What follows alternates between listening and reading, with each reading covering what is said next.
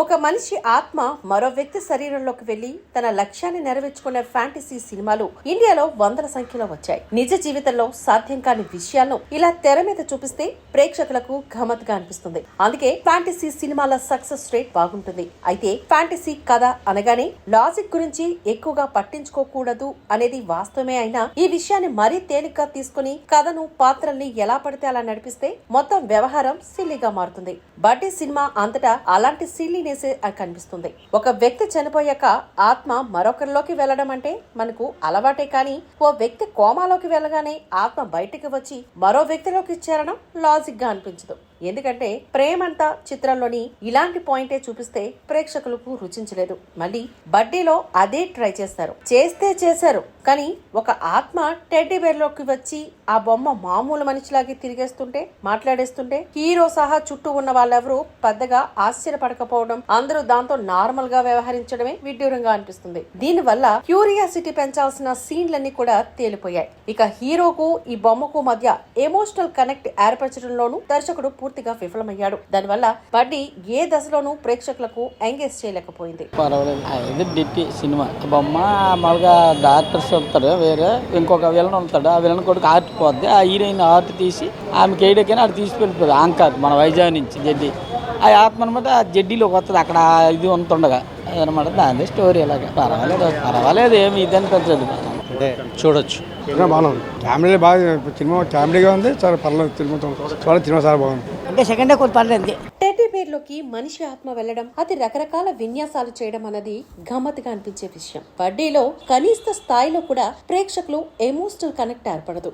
అంతకంటే ముందు ఆ బొమ్మలోకి చేరిన ఆత్మకి చెందిన హీరోయిన్ పాత్ర అయితే మరీ పేలవం. హీరోయిన్ల పరిచయ సన్నివేశాలు మొదలుకొని ప్రతి సీన్ బోరింగ్ గా అనిపిస్తుంది. ఒక క్రిటికల్ సిచ్యువేషన్ లో తనకు సాయం చేశాడని హీరోయిన్ హీరోతో ప్రేమలో పడిపోవడం వరకు ఓకే, కానీ హీరోయిన్ ని కనీసం చూడకుండానే ఎందుకు ప్రేమిస్తాడో అర్థం కాదు. తాను ప్రేమించిన అమ్మాయిని కనీసం కలవడానికి కూడా అతను ప్రయత్నించడు. కేవలం ఫోన్ లో మాట్లాడుతూ తన కోసం ఏమైనా చేసేస్తాను అంటాడు. ఈ రోజుల్లో ఇలాంటి లవ్ ట్రాక్ రాయడం ఈ దర్శకుడికే చెల్లింది. తనది కాని ప్రతీకారాన్ని లేదా లక్ష్యాన్ని హీరో తీసుకునే సినిమాలేవి కూడా ప్రేక్షకుల్లో ఉద్వేగాన్ని కలిగించావు. బడ్డీలో అయితే మరీ విడ్డూరంగా ఓ టెడ్డీ బేర్ కోసం హీరో ప్రాణాల మీదకు తెచ్చుకొని ఎన్నో సాహసాలు చేసేస్తూ ఉంటాడు. పోనీ ఆ బొమ్మలో ఉన్నది తాను ప్రేమించిన అమ్మాయి ఆత్మే అని అయినా తనకు తెలుస్తుందా అంటే అది కాదు. మరి ఎందుకు అతను దేశాలు దాటి ప్రమాదకర విన్యాసాలు చేస్తాడో సినిమాలో అంతో ఇంతో ఆసక్తి రేకెత్తించింది అంటే టెడ్డీ బేర్ క్యారెక్టరే. జై బాలయ్య అంటూ భారీ మెషిన్ గన్ను పేల్చే సన్నివేశం ఒకటి ఈ సినిమాలో కొంచెం పేరింది. అక్కడ మాత్రమే ప్రేక్షకుల్లో కొంచెం హుషారు పుడుతుంది. ఇది కాక టెడ్డీ బేర్ నాటు డాన్స్ చేయడం లాంటి కొన్ని సీన్లు పర్వాలేదనిపిస్తాయి, కానీ బేసిక్ గా కథలో మాత్రం ఏ విశేషం లేదు. బాగుందన్న, చూడొచ్చు, పర్లేదు, బాగుంది. హీరోయిన్ పర్లేదు, యాక్టింగ్ బాగుంది. మా బొమ్మలోకి వెళ్తుంది. సినిమా బాగుంది, చూడండి. చాలా బాగుంది.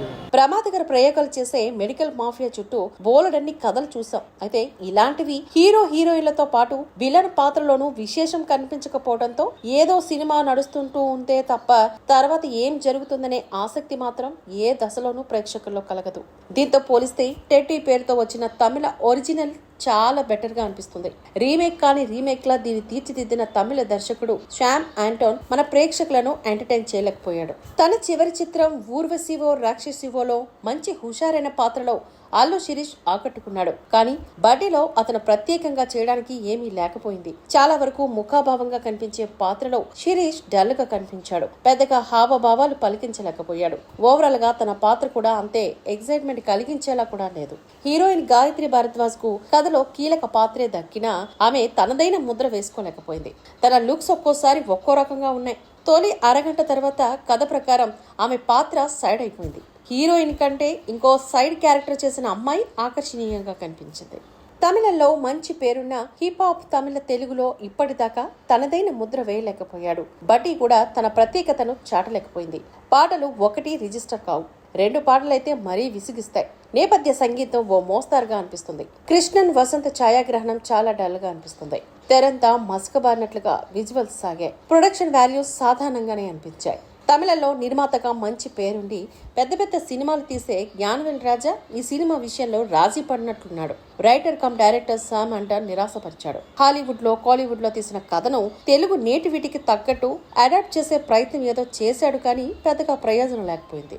మినిమం ఎమోషన్ లేకుండా కథను పాత్రలను తీర్చిదిద్దడంతో బడ్డీ ఏ కొసాన ప్రేక్షకులను ఎంగేజ్ చేయలేకపోయాడు.